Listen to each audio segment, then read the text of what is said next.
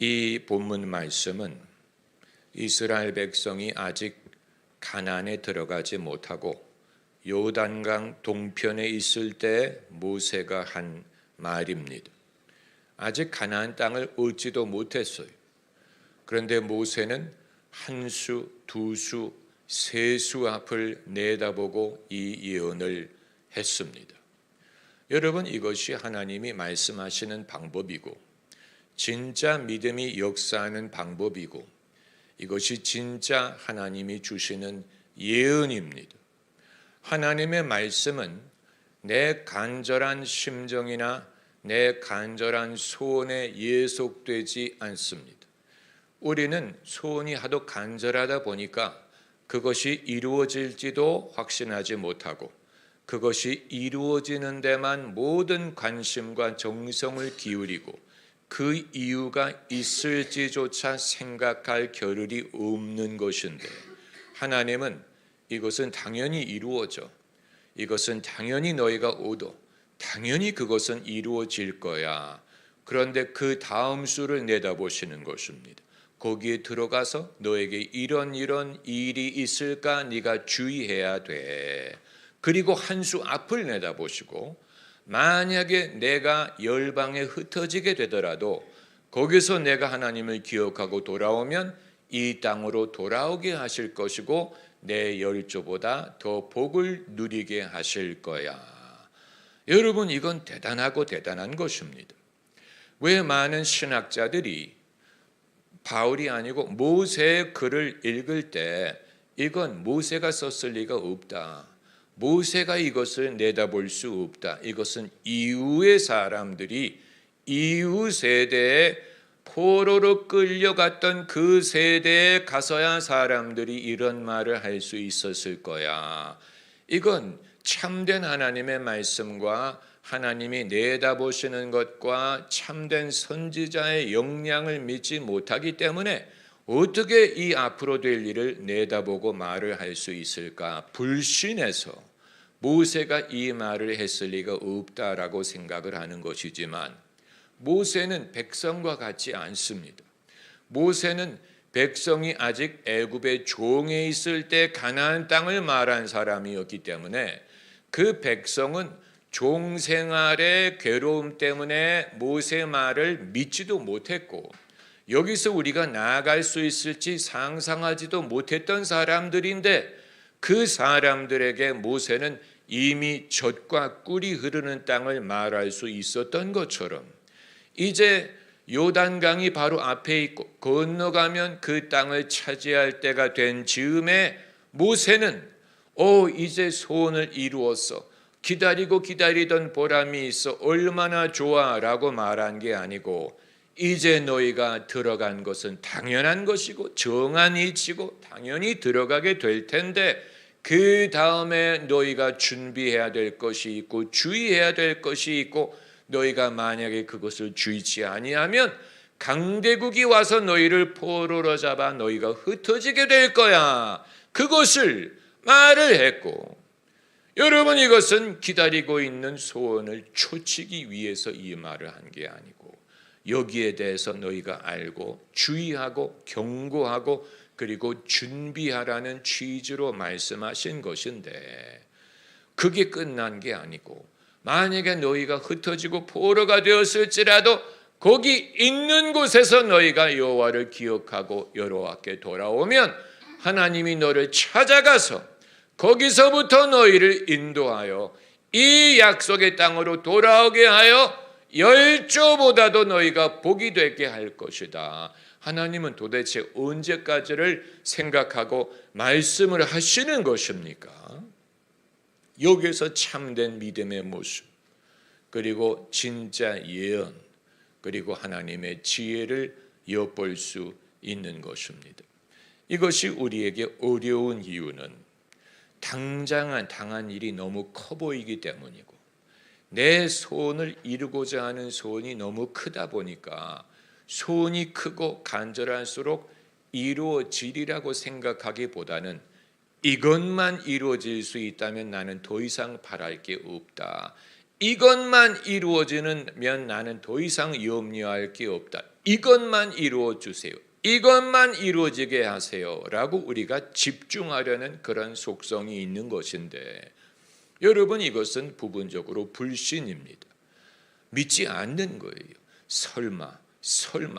설마라고 생각하기 때문에 거기에 목을 거는 거예요. 이것만 이루어지면 나는 더 이상 바랄 것이 없습니다. 그러나 그게 이루어지고 나면 언제 그러냐 하는 것처럼 얼굴 색깔이 달라지고 마음 생각이 달라지고, 그때는 또 알지 못했던 다른 일로 하나님에게 사연을 말하기 시작하는 것이 인간의 본성입니다. 그렇기 때문에 진짜 믿음은 내가 소원하는 것이 아무리 간절하고 강력하더라도 그게 안 이루어질 것처럼 보이죠.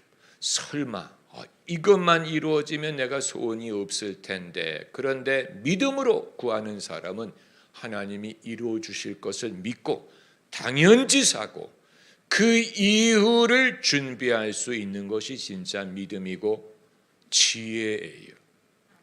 여러분, 선녀와 나무꾼의 이야기에 이 나무꾼이 선녀가 너무 예뻐서 선녀와 결혼만 할 수 있다면 더 이상 염려할 게 없다라고 생각을 했을지라도 누군가가 경고하지 않습니까? 결혼을 하게 될 텐데, 결혼을 하더라도 애 셋을 낳기 전까지는 선녀 옷을 돌려주지 말아라. 그런데 이 나무꾼이 그것을 제대로 듣지도 않죠. 그래서 결혼하고 나니까 아내가 옷을 돌려달라고 하니까 덥석 돌려주잖아요. 그랬더니 이 선녀가 어떻게 합니까? 애 둘을 데리고 하늘로 올라가 버렸어. 친정으로 돌아가 버렸어. 이렇게 될 줄 몰랐죠.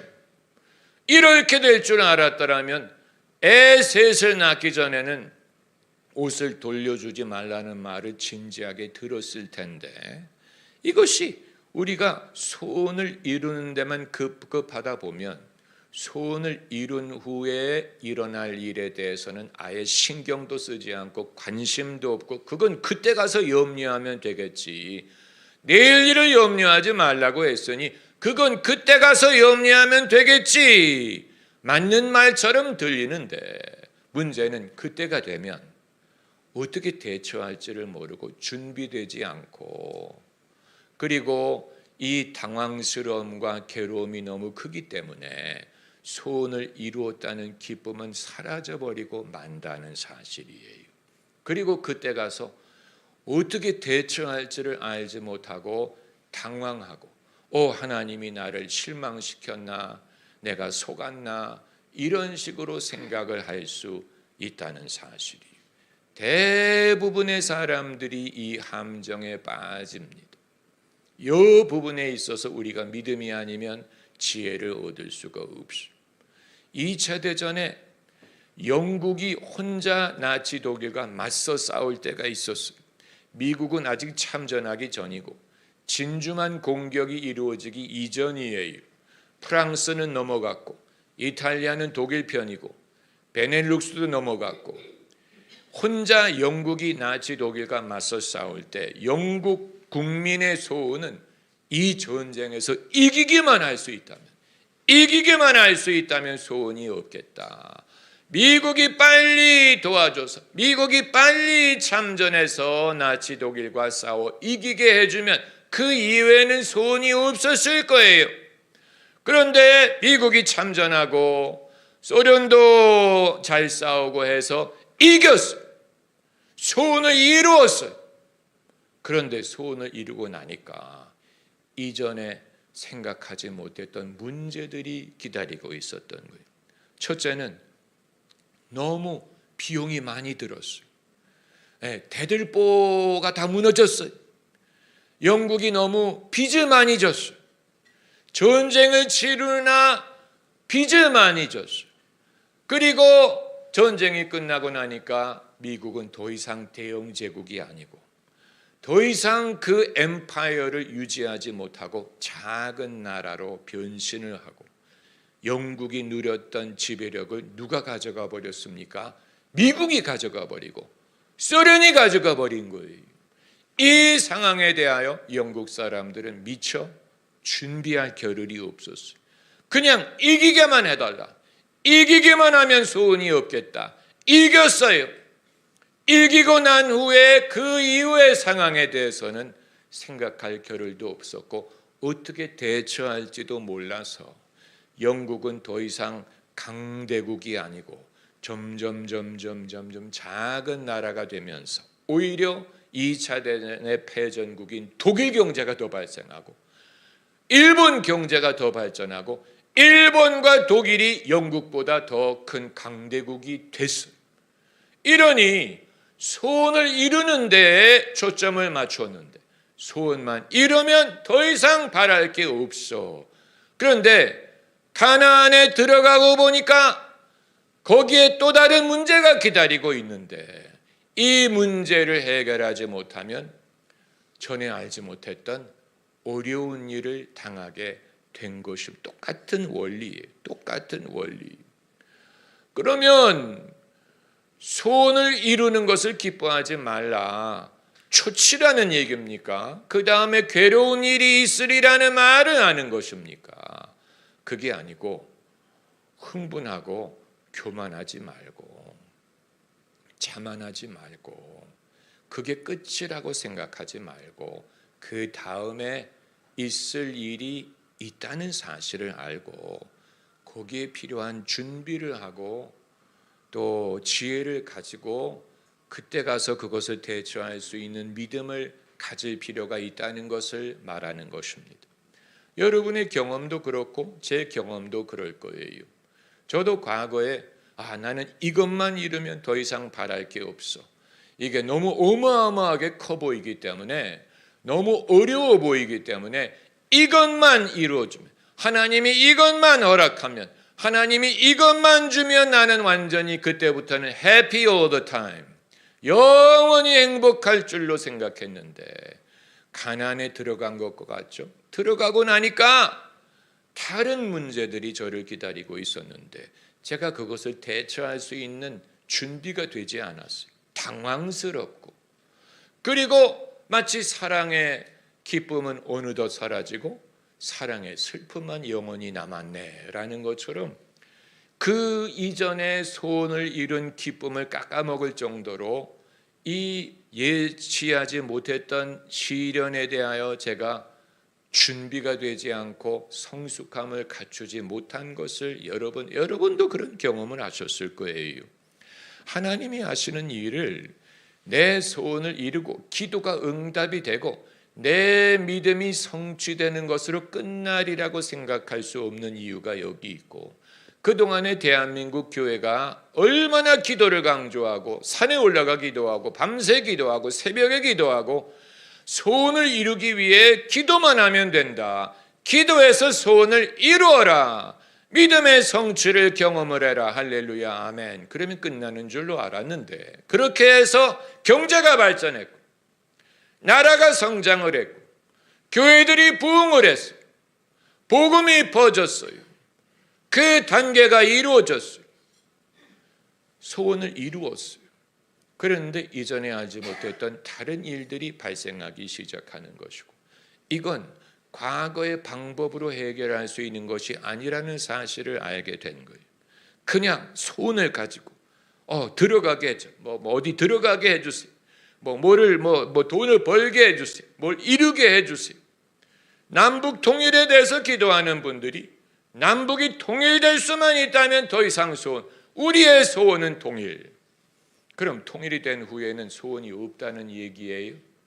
통일이 된다면 그 다음에 기다리고 있는 문제가 너무 커서 통일의 기쁨을 깎아먹고 이제 이 문제를 어떻게 해결할 것인가, 거기에 대해서 우리가 준비하고 지혜하고 준비를 쌓지 않으면 그냥 소원을 이루는 것만으로는 우리의 문제를 해결하지 못할 것입니다. 거기에 대해서 준비해야 돼요. 지혜롭게 준비할 필요가 있어요. 과연 내가 감당할 수 있을까? 예수님이 말씀하셨잖아요. 망루를 세우러 가는 자는 먼저 앉아서 자기 가진 것이 족한지를 계산을 하고 그리고 망루를 지어야지. 그게 아니고 망루를 짓다가 가진 게 떨어지면 사람들이 비웃는다고 했잖아요. 저가 망루를 시작을 했는데 마치지 못했다. 여러분, 이것은 내일 일을 염려하라는 얘기가 아니고 충분히 준비하고 역량이 있어야 된다는 말을 하는 것입니다. 우리가 단편적으로 모든 것을 생각을 하다 보면 결국은 단편적으로 생각하고 내가 여기까지만 가면 여한이 없다는 말은 불신을 가장한 거예요. 불신을 포장한 거예요. 왜냐하면 믿지를 않는 거예요. 정말 이게 이루어지리라고 믿지 않기 때문에 그 이유를 생각할 필요를 느끼지 않는 거예요. 설마 거기까지 갈 수 있겠어? 그것만 이루어져도 대단하지. 하나님을 약간 과소평가하는 것이고 믿음의 역할을 과소평가하는 것이고 내 자신을 과소평가하는 거예요. 내 자신을 과소평가하는 거예요. 왜냐하면 나는 이것만 얻으면 나는 돼라고 자신을 제한하는 거예요. 나는 이것만 얻으면 나는 소원 성취하는 거야. 그런데 그건 스스로를 내 역량을 거기까지만 제한하는, 그 이후에는 없다는 얘기예요? 그 이후에는 이제 죽을 거란 얘기예요? 그게 아니죠. 그 이후에도 살아서 이것도 하고 저것도 해야 될 텐데 그 역량이 내게 있다고 믿는다면 그걸 위해 준비를 하고, 나무꾼이 선녀와 결혼한 다음에 그 다음에는 나무꾼처럼 살았으니까 선녀가 도망갔죠. 그렇잖아요. 선녀에게 장가를 갔으면 선녀처럼 대우를 해줄 준비가 돼 있어야 되는데 소원을 이룬 다음에는 이제 내가 여한이 없어 라고 평소에 살던 대로 나무꾼처럼 대하니까 선녀가 거기 익숙하지가 않잖아요. 그러니까 친정만 생각하고 기회만 되면 올라가려고 하죠. 거기에 대해서 생각을 못한 거예요. 내가 내 소원대로 선녀를 아내로 맞으면 선녀가 딴 마음을 품지 않도록 그를 도와주고 베풀고 이거를 할 준비를 해야 되는데 거기에 대해서 생각할 필요를 갖지 않는 거예요. 나는 이 소원만 이루면 돼. 이것만 이루면 나는 바랄 게 없어. 그러다 보니까 소원을 이루었는데 그 다음에 벌어질 일에 대해서 준비가 되지 않은 거죠. 기회가 되니까 선녀가 애 둘을 데리고 하늘로 올라가지 않습니까? 다만 이제 그 다음 챕터가 있어서 두레박에 내려왔을 때 그거 타고 올라갔다. 그건 이제 약간 좀 무리한 스토리지만 올라갔더니 선녀가 내쫓지 않고 받아줬다는 게 해피엔딩이죠. 결국에서 여기서 위대한 건 선녀예요. 얼마나 선녀가 착합니까? 그러나 인간의 미련함, 인간의 부족한 모습을 보여주는 것 아닙니까? 이스라엘 백성이 가나안에 들어가는 것도 마찬가지. 들어가기만 하면 나는 여한이 없어. 들어가고 나니까 정말로 마음이 풀어지고 시험이 들고 유혹을 받고 다른 신을 섬기고 그래서 어떻게 됩니까? 땅을 빼앗기잖아요. 포로로 잡혀가죠. 그러면 그것으로 끝나느냐? 그게 아니고 모세가 거기까지 내다보고 예언을 한 거예요. 할렐루야. 여러분, 진짜 하나님의 지혜가 여기 있지 않습니까? 하나님의 지혜로 예언하는 사람이 한 수, 두 수, 세 수 앞을 내다보는 거예요. 이렇게 될 텐데, 쫓겨갈 것인데. 그러나 이게 30장이 위대한 이유가 여기 30장이 정말로 위대한, 모세가 세상을 떠나기 전에 마지막으로 한 설교와 예언인데 1절에 내가 내게 진술한 모든 복과 저주가 내게 임함으로, 복도 있고 저주도 경고를 했는데 그게 너에게 임하여 내가 내 하나님 여호와께서 쫓겨간 모든 나라 가운데서 이 일이 마음에서 기억이 나거든. 그러니까 쫓겨갔다고 끝난 게 아니라는 얘기죠. 쫓겨가면 이제는 더 이상 기억할 능력도 없고 말씀을 생각할 겨를도 없고 완전히 타락하고 끝나느냐? 그게 아니고 쫓겨가고 나니까 그 말씀이 기억이 나는 거예요. 기억이 나거든. 너와 내 자손이 내 하나님 여호와께로 돌아와 내가 오늘날 내게 명한 것을 온전히 따라서 마음을 다하고 성품을 다하여 여호와의 말씀을 순종하면, 하나님도 인간의 간사함을 보여주는 거죠. 잘 되면 교만해지고 시련을 당하면 다시 간절해지는 인간의 모습을 보여주는 것 아닙니까? 쫓겨가니까 거기서 비로소 마음을 다하고 힘을 다하여 여호와를 다시 쫓게 되지 않습니까? 그렇게 하면 내 하나님 여호와께서 마음을 돌이키시고, 한번 따라해 보세요. 마음을 돌이키시고. 네, 하나님이 마음을 돌이키신다. 우리에게, 우리가 복을 받을 수 있는 길, 우리의 길이 열릴 수 있는 길, 소원을 이룰 수 있는 길은 내가 애를 쓰고 내가 무슨 발버둥을 치고 내가 뭐 떼를 써서 되는 게 아니고, 하나님이 당신의 마음을 돌이키셔야 돼요.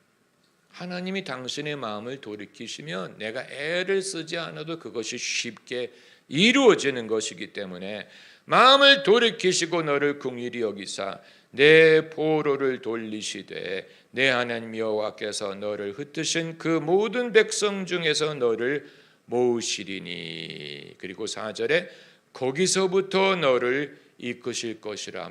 거기서부터 너를 이끄실 것이라. 그러니까 틀린 곳에 가 있는데, 가서는 안 되는 곳에 가 있을지라도 하나님이 인도하시면 거기서부터 인도할 거야.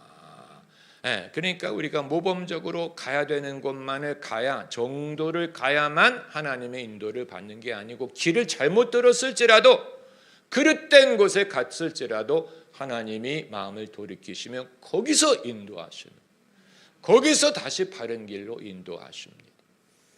우리가 바른 길을 가는 게 한 길만 있는 게 아니라는 내용이죠. 그 길을 빗나가면 어떡할 거예요? 이제는 소원이 없습니까? 아니에요. 어디로 해서 땅 끝까지 갔을지라도 거기서 하나님이 당신의 마음을 돌이키시면 거기서부터 우리를 인도하실 것입니다.